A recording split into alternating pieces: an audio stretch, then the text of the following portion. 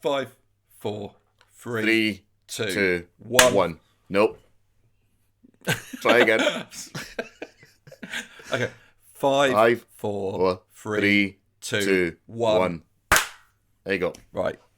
Yeah, I don't know how it pulls that up. This was Lethal Weapon 2, we'd be dead. I mean, if this was Lethal Weapon 2, I'm not backing our chances. I'm not in the physical shape of Mel Gibson, but I'm less anti-Semitic. So, swings and roundabouts. Right. There's a cold autumn.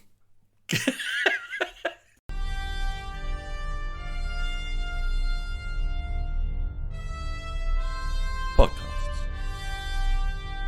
A Frontier.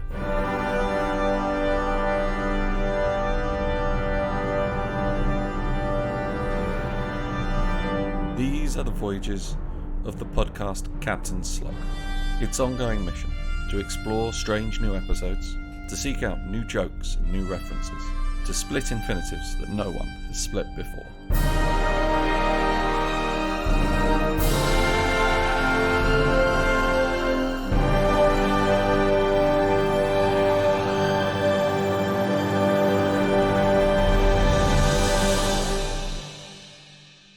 Captain Slug, Stardate 63.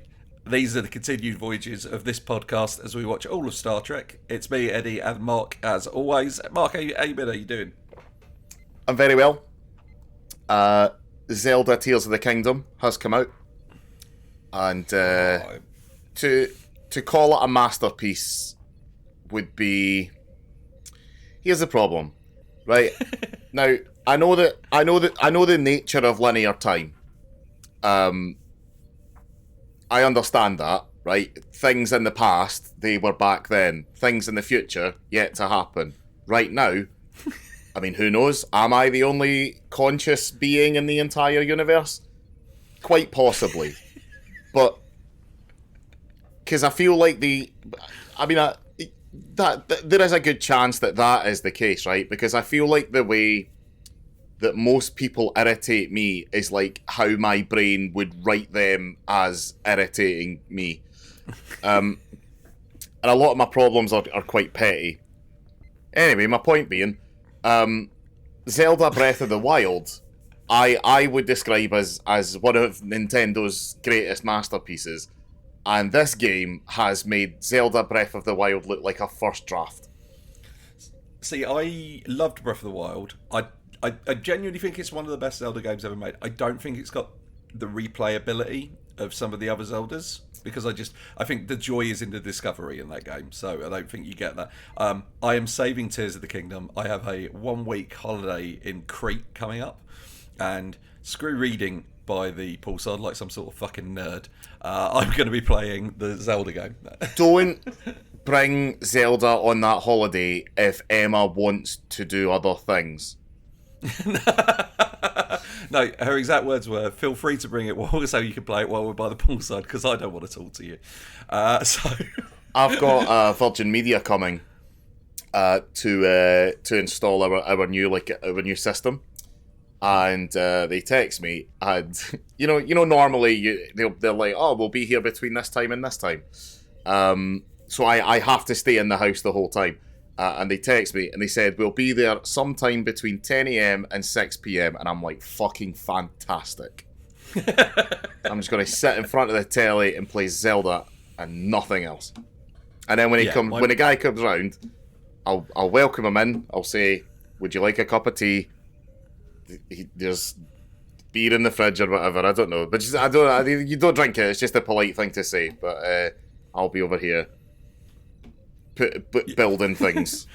I did see a Guardian article, because obviously they do gaming coverage, and there was a Guardian article saying, I think it's, for some reason they were with the new Zelda game coming out, well, let's write a Zelda article, and their Zelda article was, it's time to stop overlooking the masterpiece that was the Wind Waker. I was like, right, it's the Wind Waker is critically acclaimed 10 out of 10 by most outlets, and also the 8th best-selling Zelda game of all time. And also, if anyone knows enough about games to know that the Wind Waker is a thing, the like the pocket response to graphics don't have to keep getting better all the time. They don't have to keep getting more realistic because we're never quite really going to capture that. Is the Wind Waker like? Yeah, the Wind Waker looks like it could have come out yesterday. Yeah, exactly. And it's like a 20-year-old game at this point. Madness. But yeah, that's I don't want to consider how old the GameCube is because it's going to make me sad for my own mortality. But yeah, that's me. How have you been? Yeah, like I told you, I'm reading the Terry Pratchett biography, which is it's great. It's a brilliant book. It's very fucking sad. It's also very fucking amusing because Terry Pratchett, if you don't know, before he became an author, did briefly have a job where he was the PR communication for the Nuclear Power Authority in the UK. And the entirety of that job was basically doing drills. So that, like, if something bad happens, this is what we're going to do. And on the one occasion that the phone rang to say, like, an actual emergency had occurred, Terry Pratchett ended up hospitalised as a result of a panic attack. So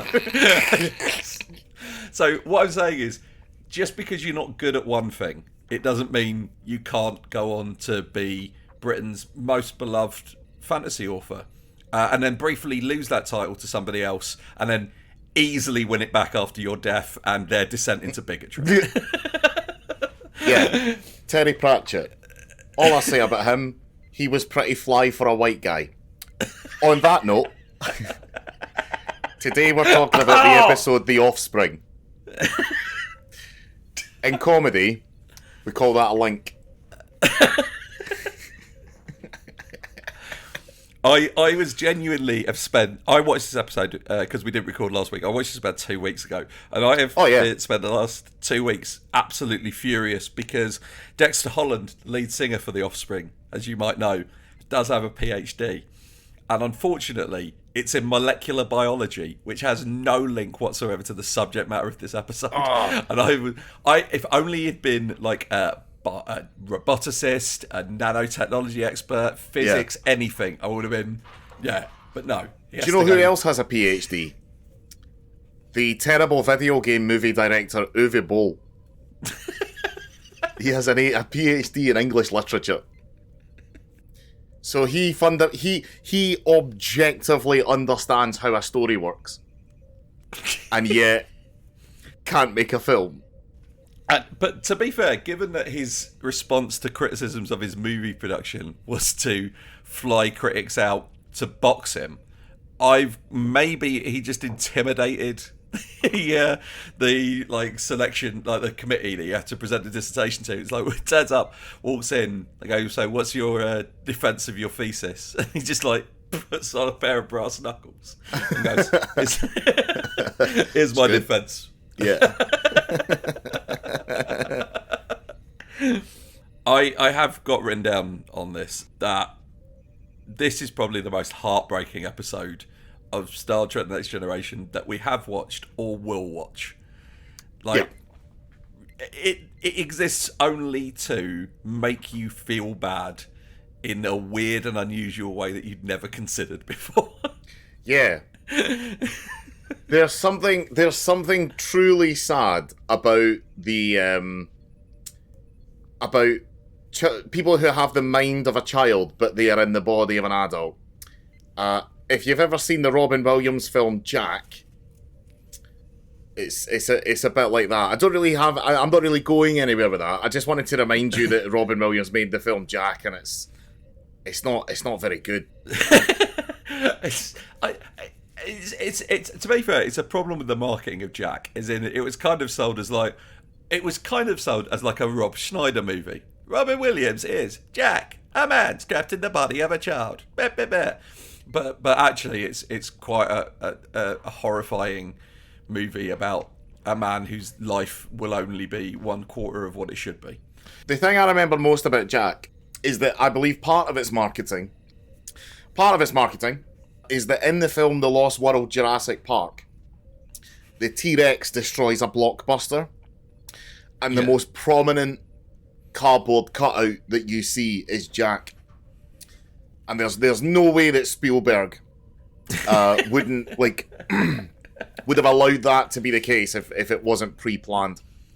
Who was? I don't know why directed you would by? need to market Jack's VHS release as if it was suddenly going to have like a second wind on home video, the way that Patch Adams did. Because loads of people had Patch Adams on VHS, didn't they? Even though Patch Adams was shite. Well, Patch Adams is not only shite; it's offensive. To be clear, if you don't know the story about Patch Adams, there is a real man named Patch Adams, and the movie is based on his life. And when I say based on his life, you know, Patch's girlfriend gets killed by the man who, like, he's insane, but they're not treating him properly because they're trying to treat him with jokes. And that is based on a real event that happened, but it didn't happen to his girlfriend. It happened to his close personal friend, but they just changed the details around because they thought it made a better story. At which point, you're allowed to say, fuck that movie. Is that what happens in that movie? Because I don't really remember that movie at all. Yeah, that is part of that movie, and it is notable for one important thing. Because at that woman's funeral, one of the mourners is Greg Sestero. Oh, wow. Like in The Room, when he was still trying to make it as an actual actor and not like a thing that we look at and go, look at that man who thought he could do things. If a radio station called me up, as they often do, and said, you can have £1 million, but you have to explain the plot of Patch Adams even slightly more than just Robin Williams is a doctor who tries to cure people with laughter or whatever. If you can give us a single other detail about that film, you can have £1 million. And this is why, you know, radio station capitalism is really falling apart these days. If you listen to the radio quite often, which I do every now and again, especially if I'm driving, it used to be that every now and again the radio stations would do like a big money giveaway, and it would be like, it's the cash register. We're going to start off at £20,000, and every time someone doesn't win it, we'll roll over. We'll add another $5,000 every day until it gets up to like 100. And that's the crazy day. It'll be like you have to pick up your phone within 5 rings, and you have to and you can't say hello. You have to just immediately scream the correct amount at us. Radio stations now literally, and that was like a special event. Like that would be the summer event. Radio stations now literally do that every single day. If you listen to Absolute or Magic, and it's £2 to enter, and I genuinely think it's just because of the cost of living crisis that everyone's like, because we all know that the lottery is like a tax on idiocy, right? I will play the lottery, especially the Euro Millions, if it's more than 100 million. Not because I feel like I win it, but because if I put down my 250 and I get my line, it gives me, I think we've spoken to this before, it gives me that 30 minutes permission to just be like, what would I do with £100 million? And a lot of people would be getting the wall, because I presume I'd be having a lot of power at that point. I was on the train the other day, and a guy was just watching Return of the Jedi on his laptop without any headphones. And I was like, this guy's he's forced it. If it was New Hope, fine. If it was Empire, I'm going to say it's only great. acceptable to watch New Hope. Jedi, because come on now. New Hope doesn't have any significant spoilers for the whole trilogy. That you're going to... What if there's somebody who's never watched the movies before, like a little kid, and he's going to look up and hear, oh no, this is a fully operational battle station. Equally, I'm apologising now if you're listening to this podcast and you've never watched Return of the Jedi. It turns out the battle station's fully operational. Yeah, and Luke is on the battle station, the fully operational battle station, and his sister Leia is it's just him and his dad. Oh no. Oh, sorry. What a fucking pointless addition to the story that was, wasn't it? Making Leia Luke's sister. Where did that come from? On it, who thought that was a good idea? Desperately trying to recapture the success of the first 2 movies? Is it just because they wanted Han Solo to be shagging Luke's sister? Because that's the type of thing he would do. Harrison Ford basically said, look, I want you to kill my character in Empire. And they went, well, we want to keep him alive. And he went, I will only come back for a 3rd movie if you let me fuck Hamill's sister. And then they went, well, we can't orchestrate that in real life, but what if we wrote it into the script? Yeah. as as the character Han Solo, one of the most honourable things he ever does is at one point he's hanging out with Leia on Endor, and he says like, "Oh, Luke, you miss Luke," and she's like, "Yeah," and he's like, "Oh, you love him, don't you?" She says, "Well, yes," and he's like, "Listen, that's fine. When he gets back, I'll step away, right? Because she fancies Luke, so that's it. That's the one good thing he ever really does. Because as soon as she says, 'Oh no, you misunderstand. He's my brother,' he's like, even better. That literally makes me." Early scripts, actually, Luke comes back from the planet to find Leia banging Chewie. But anyway, Data makes a daughter. Do you recognise the daughter? Yep. My classic measure for how good at that bloke an actor somebody is: 7 Murder She Wrote appearances, only 2 characters. So I'm guessing that's a repair. But this is the actress who played Lizzie McGuire's mum. I have never seen a single episode of Lizzie McGuire. No, neither have I. But I understand its cultural relevance. Yeah, exactly. Yeah, I'm not going to say that no one should watch it. That's unfair. But you know, well done. No, but if you, as an actor, if you land a gig in all of the Lizzie McGuire franchise, that's run like that's had multiple reboots. I'm imagining all of the times they've come back to it, Lizzie's mum's turned up. It doesn't seem like the sort of franchise that's going to handle dead mums. So she's been there all the way through. So that's good. That feels like the type of role where it's like you're never going to be rich, but you could have a modest house and never really have to work again. Yeah. And there's a whole generation of people who are probably going to see you and instantly go, ah, right. And that's and really isn't that enough? Did you see that David Zaslav done the speech at the graduation ceremony at Boston University?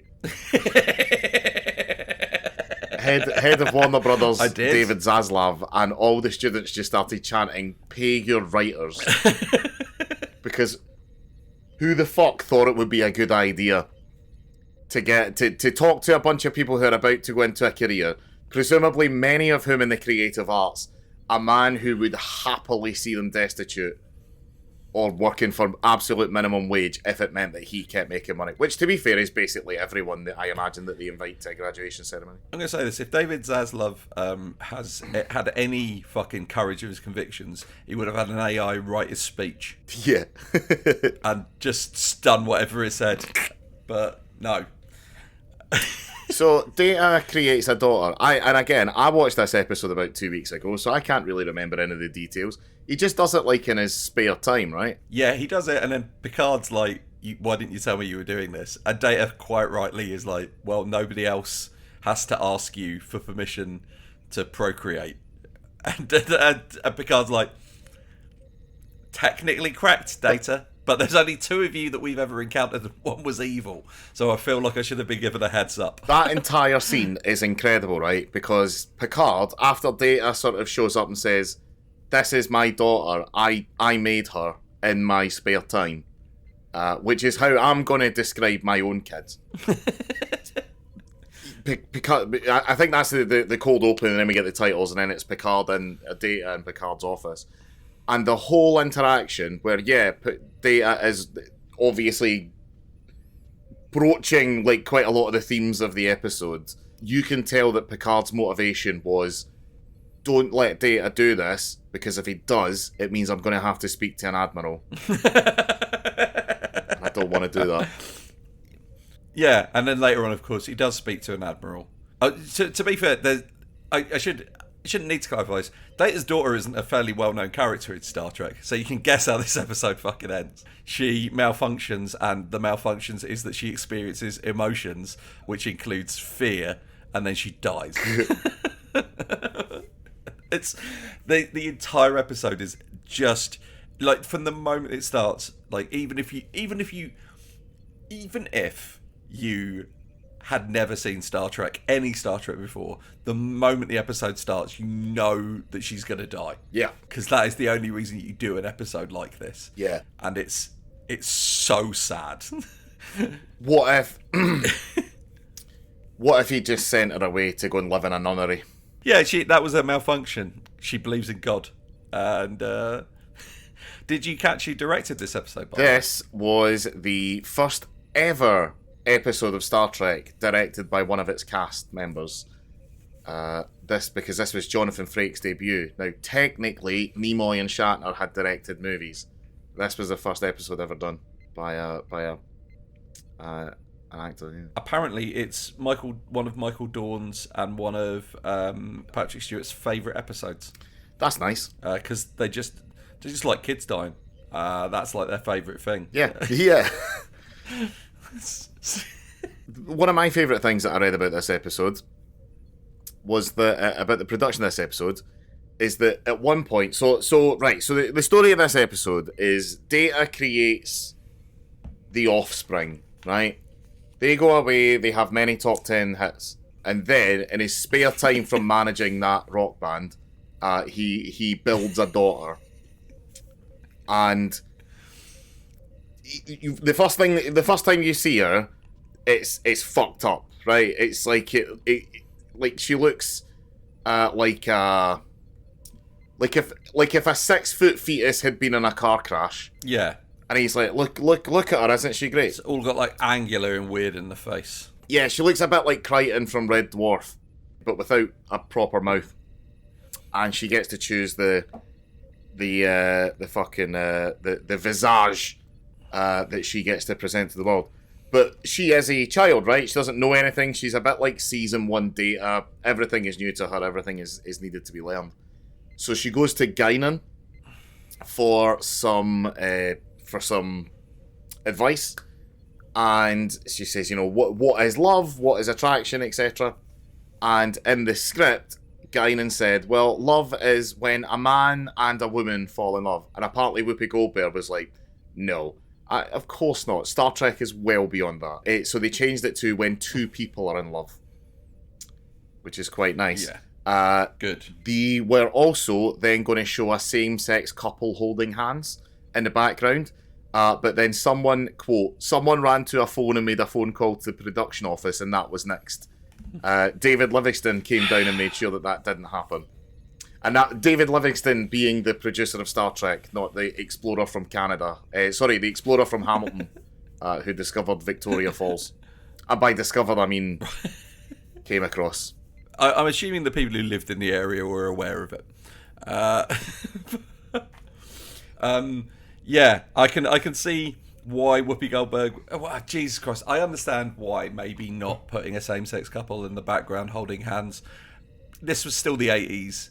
Maybe I get it, but yeah, just have the balls to fucking do that shit. Yeah. But also, don't fucking tell me that Star Trek is only just gone woke. You fucking Yeah, idiot. like, she should have turned around and said, if Ted Danson has the balls to do blackface at my roast, then you can have the balls to do this. That's a real thing that happened, by the way. Look that up.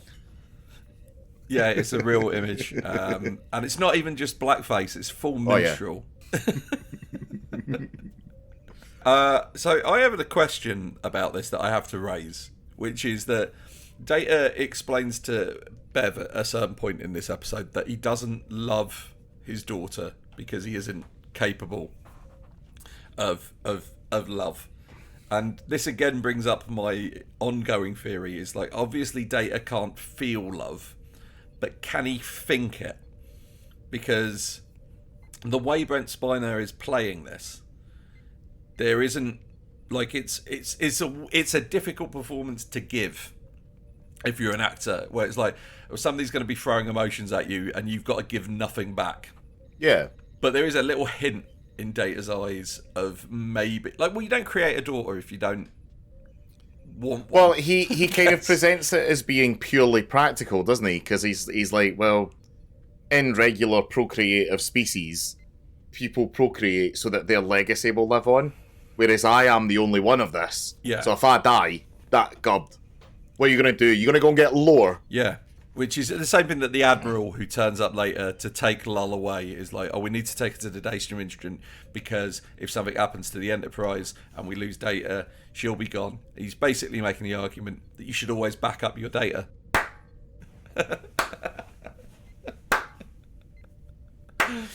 Which is odd because they don't seem to have that problem before Data has a kid. Well, no, they. Oh no, sorry, they do. That was the plot of Measure of a Man. And they do like that Measure of a Man gets referenced. Like Picard's like, Data has rights. I helped define them. Screw you. And basically the Admiral is like, well, yeah, it's an odd one, this episode, because they're basically going to order Data to hand over his daughter. Yeah. And Data's going to say... It seems he's going to say yes until, like, Picard goes, no, you don't have to do that. Yeah. What is this? Modern day Florida? Topical. Data, unfortunately, you did let your daughter choose her gender. So that does mean that you forfeited any rights. Because as we all know, the laws of Starfleet are heavily based on the laws of modern day Florida. And Data's just like, I just want to go to fucking Disneyland. I just want to see Epcot. Just want to go on the Frozen ride. Stop taking away my kids.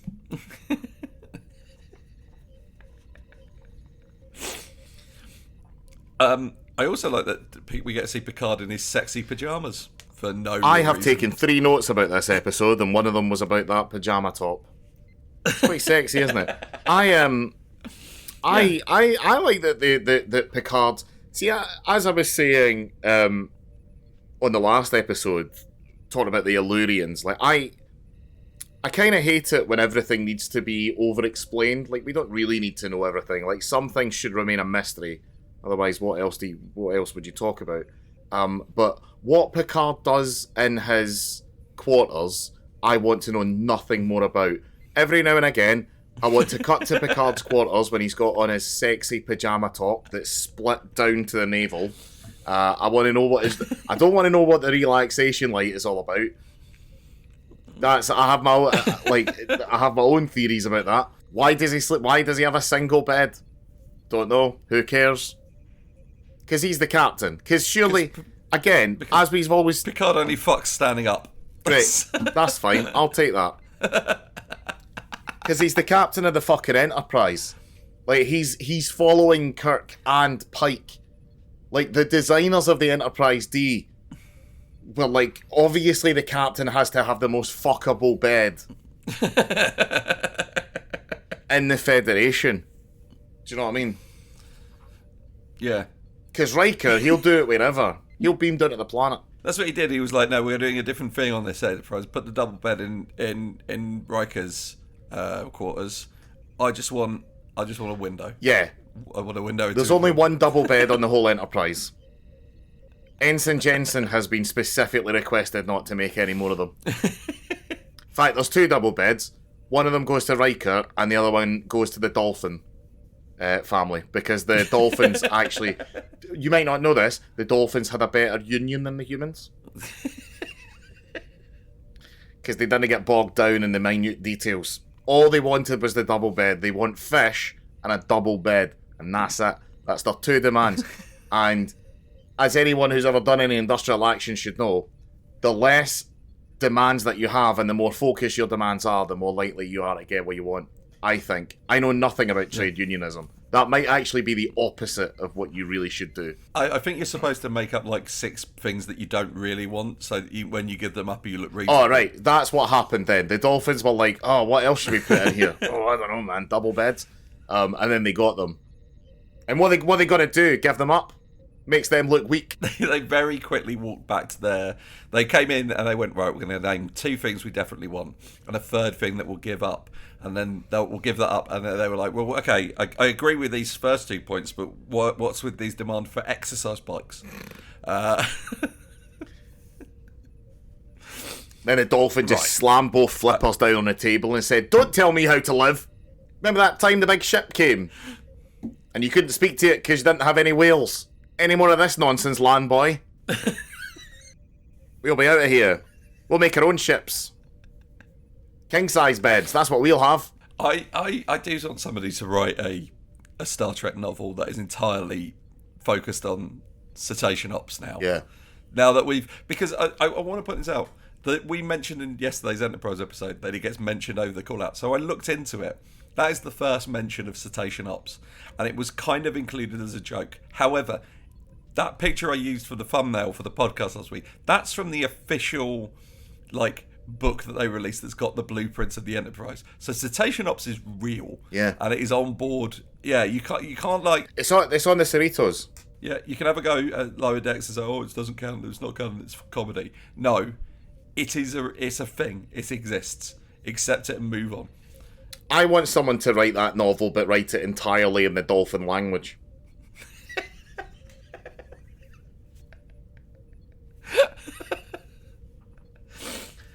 Okay, I'm in favour of that, definitely. So, Lol, Data's daughter, Yeah. is better at being than Data because she can do contractions at first, and then when she starts to malfunction, it's like a cascade failure of things. But also she starts to experience emotions. Yeah. Spontaneously. Yeah, fear, and then she realizes that she loves her dad, and it's fucking sad. Yeah, sad. It's sad, but at the same time, it's absolutely wild that the Federation let Data join Starfleet. That would be like if we made an amazing artificial intelligence, and then it decided it just wanted to work at Tesco.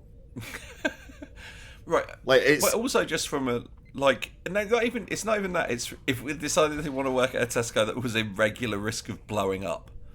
Yeah. Like, and the Tesco was a quarter of the time the Tesco was being run by a literal child. Yeah.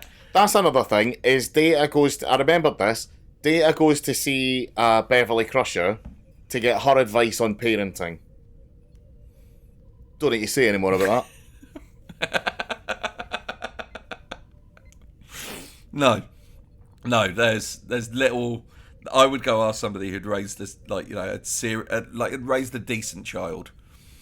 That's what. But they took it. I do like the fact that in the episode, like Data kind of shoots down all of Picard's arguments because he's like, oh, there are serious ramifications to creating a life, and he goes, yeah.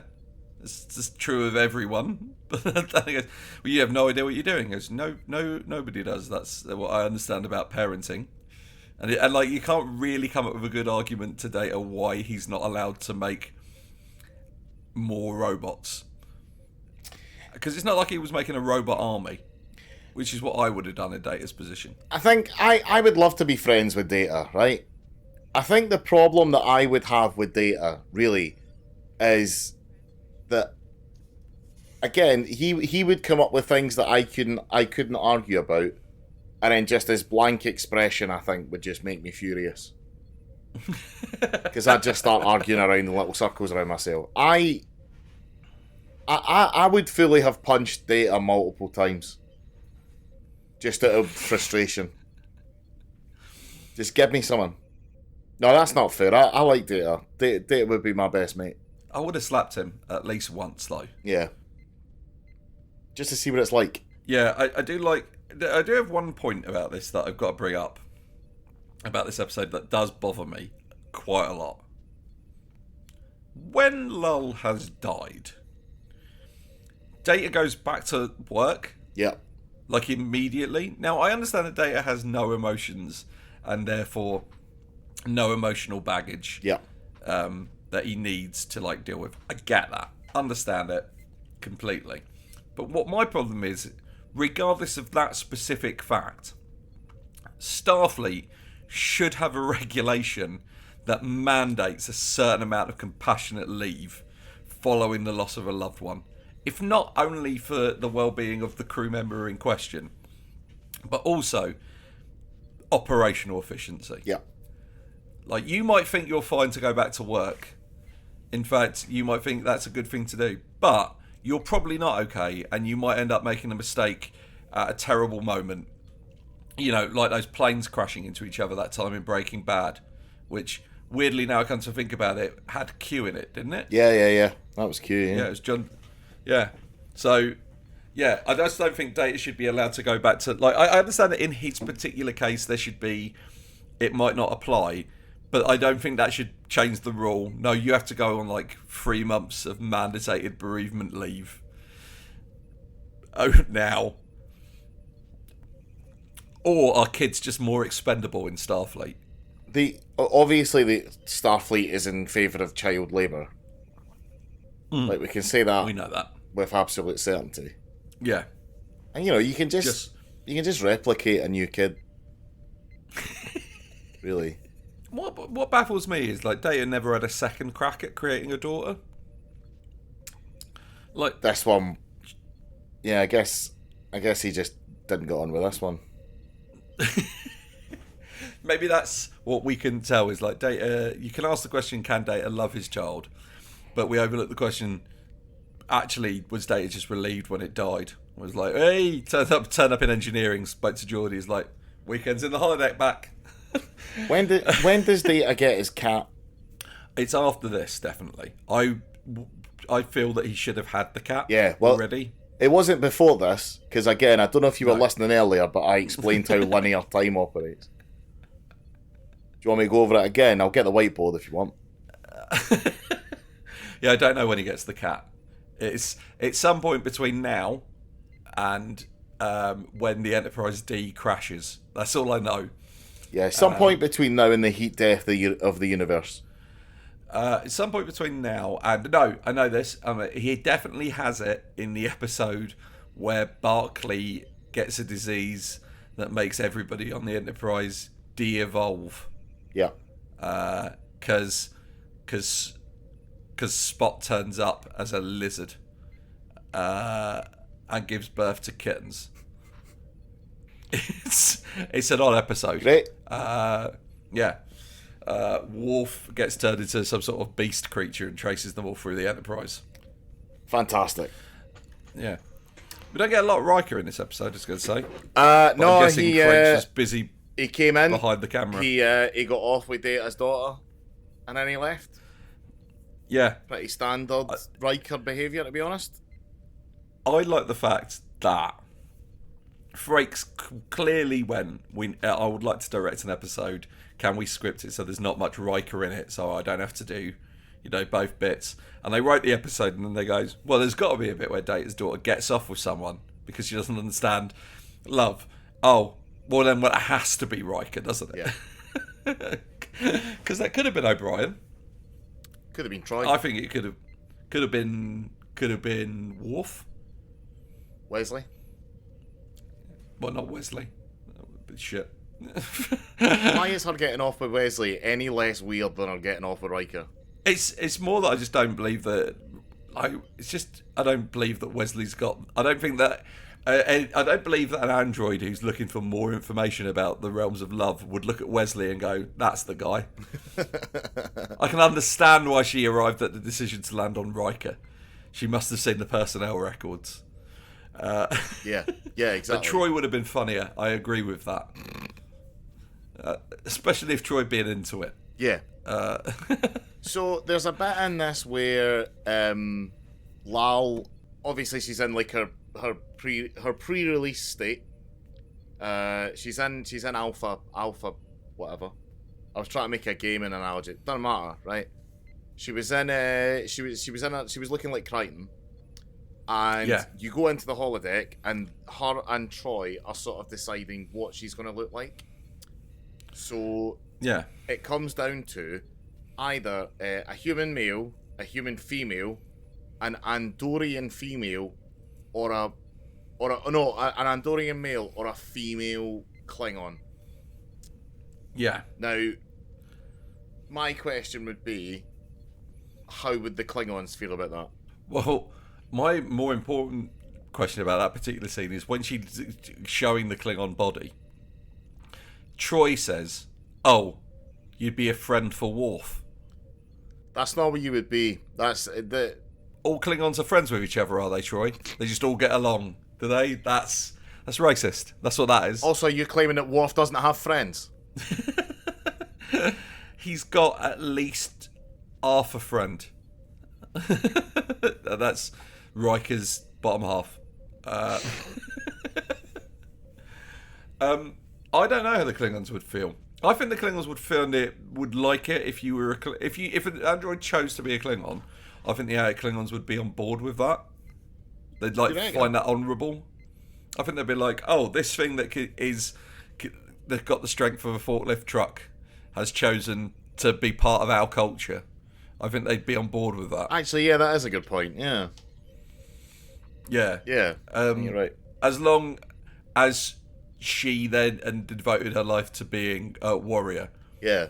Like I can't like there's an episode later on I think where a Klingon scientist turns up, and I just can't imagine a life more miserable than being a Klingon scientist. It's like technically needed, but no. Yeah. Sorry, I feel like I've been a bit subdued this episode, but I think the problem is that I watched this so fucking long ago that I can't remember anything about it. And I'm waiting for you to bring up points for me to go with. But the problem is that you've done exactly the same.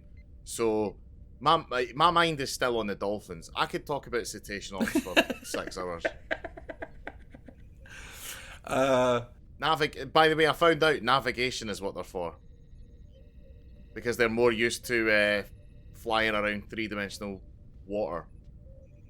Or three-dimensional space. Technically, the water is still three-dimensional space. Yeah, but my question is: does everybody in Cetacean Ops, like, if we are accepting the premise that the staff on Cetacean Ops, the Dolphins, Aye.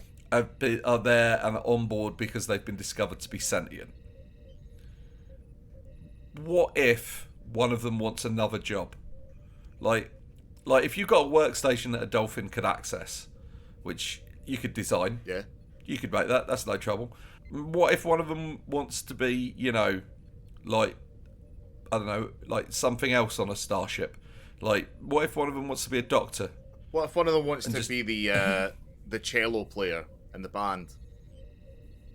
Well, then they got to fight O'Brien. I reckon O'Brien has taken his fair share of ocean life in a fight. Like, I wouldn't be surprised if he sat down and after his 8th Guinness, if O'Brien turned around to me and said, I punched a killer whale once, and it wasn't even on land. The killer whale had the advantage, and I still did it. My thing is that you'd probably want to settle this in something that didn't favour either competitor. So I would say a triathlon, because the Dolphins got the advantage with the swimming and O'Brien's got the advantage with the running, so it will just come down to who's better on a bike. And then the Dolphins going to be gutted that they did give up those exercise bikes as part of the fucking union deal. Raging. How did you feel about the Admiral? He wasn't mad or even evil, but just a bit of a dick. Because he had a nice little arc, I feel. Kind of disappointed, to be honest. Yeah. At the end, he tries to help Data save his daughter's life, because they both agree that Lol is an impressive bit of kit. Yeah. And then they're just like, oh no, we worked really hard and she died, and now I feel sad. And I wish I hadn't tried to kidnap that android's daughter. Which we can all relate to. It's the universal human experience. Yeah, exactly. I guess it's not great that he wasn't a fucking maniac, but that just leads to the question: well, how did he become an admiral then? Maybe he's on medication. Because surely the admiral exam is just they give you the Kobayashi Maru again, but you need to cause the most carnage. It's like a time attack. Like they're like, all right, Kobayashi Maru, your time starts now, and they press the timer, and you have to have killed the entire crew of the Kobayashi Maru in the quickest time possible. I reckon it's sub a minute. No, I reckon that what they do is they do something really simple, like they ask you to bake a cake. Like they say, oh, it's not clear why this is a part of the Admiral exam, but it will become clear later. And they leave you in a room to bake a cake for an hour. And if you come back and in the simulation you haven't started at least one intergalactic war, you don't get in. They're like, oh, you just made a cake, mate.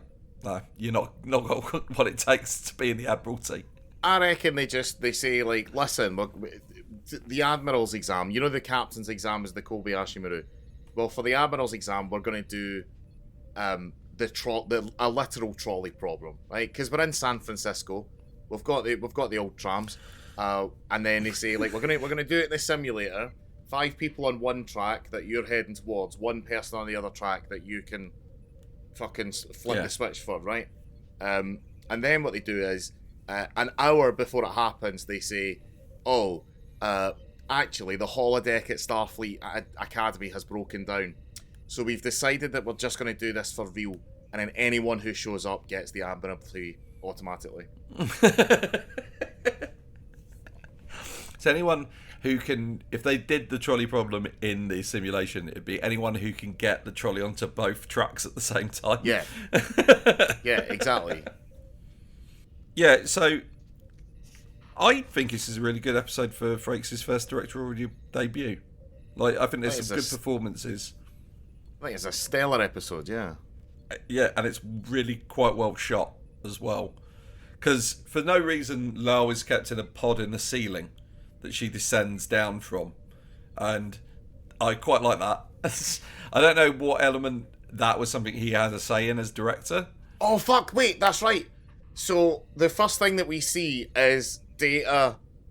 Because I think it's like Troy and maybe Geordie are walking towards like the little private engineering room, and they open the door, and Data turns around and just has an incredibly lifelike human woman's foot in his hand. Yeah.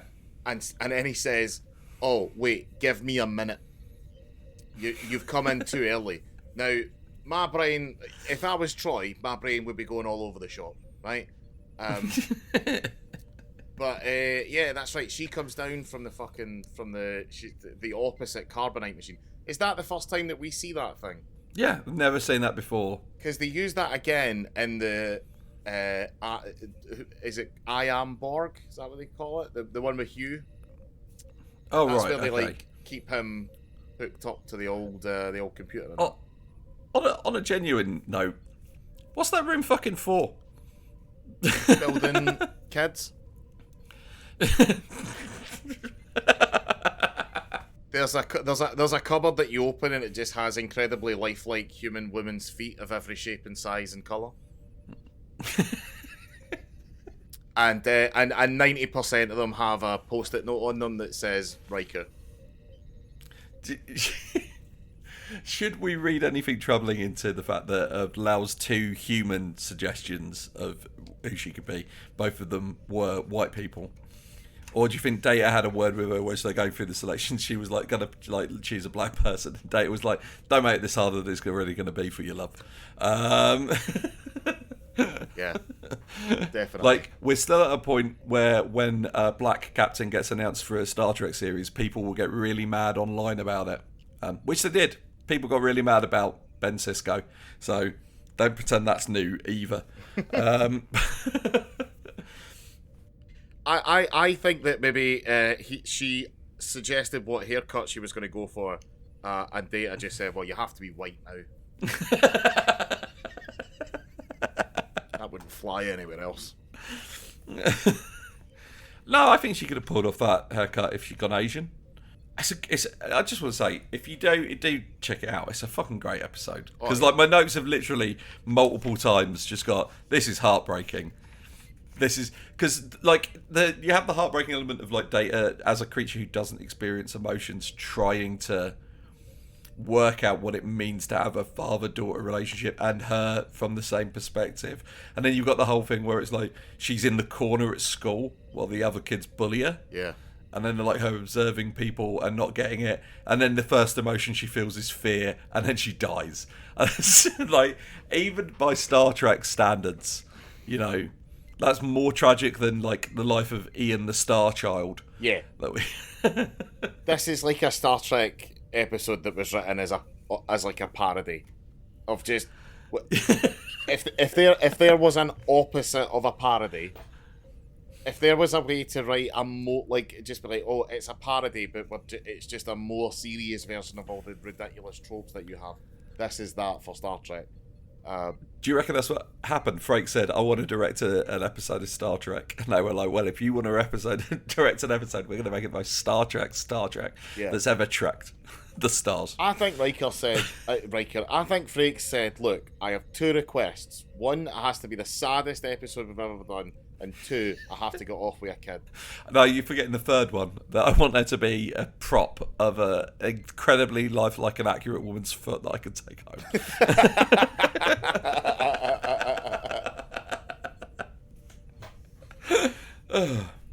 Yeah.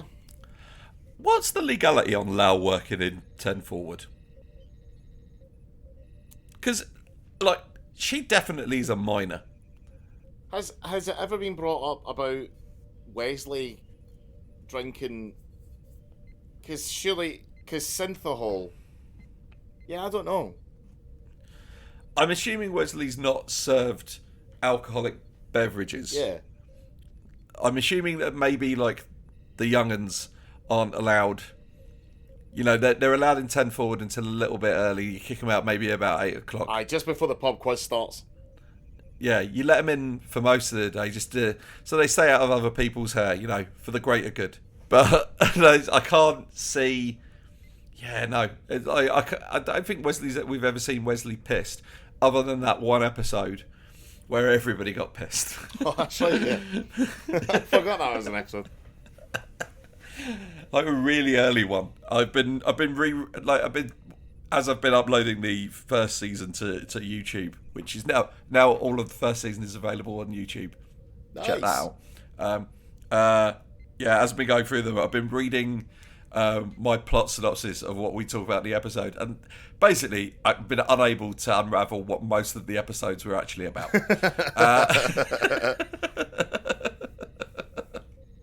One thing I did want to say. Right, Lau's name is Hindi for beloved. Yeah. And I found that on like Wikipedia before I was watching the episode. And then it's mentioned in the episode that Picard has discovered that. Why would you, if you don't understand emotions, name your child that? Why not just call her, like, you know, a ship, like, you know, like Louise? Well, because that doesn't mean anything. Because it's logical, isn't it? Like well, here's the thing. I don't really understand the context in which you're asking that question. Are you implying that Data must have emotions to have made that choice? I'm saying that the name, like, I'm saying that it doesn't fit with the naming scheme of the only two other members of his species. Yeah, because one is basically truth and the other one is lies. Yeah, so he's arrived at that decision separately. Like, he could have called her Info. Yeah. Or, like... Admin. or Bytes. I don't know. Something vaguely robot-y. Entry. But instead... I'm Data. This is Entry. And then they could have started a 1980s comedy novel act, like Cannonball or Little and Large. Or Dave but and no, Buster. yeah, I'm just like... Who were famously named after the Dave Buster. Who was a serial killer who stalked Yorkshire in the early 1980s, taking out people called Dave. I thought that you were going to say it was a World War II project to make a bouncing bomb capable of destroying Dave due to a mix-up in communication. So a telegram, the numbers were... They came through, goes, we need you to destroy a DAV, D-A-V. And somebody was like, well, they must mean Dave. Yeah. And they were like, oh, right, okay. It's difficult to telegram the umlauts.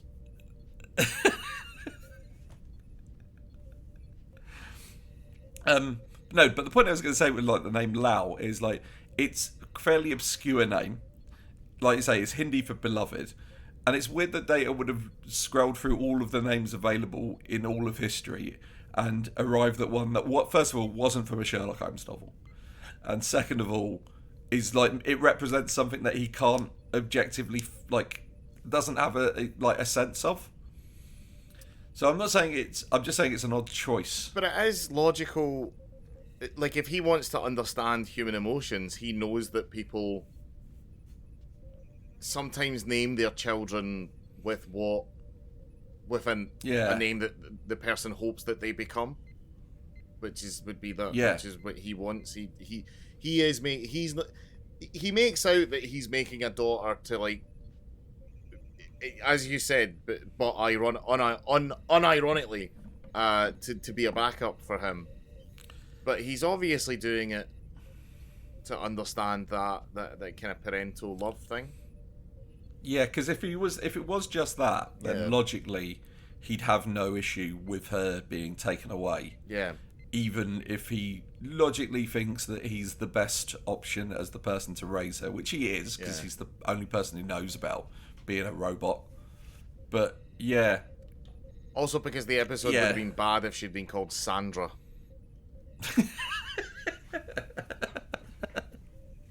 Would it?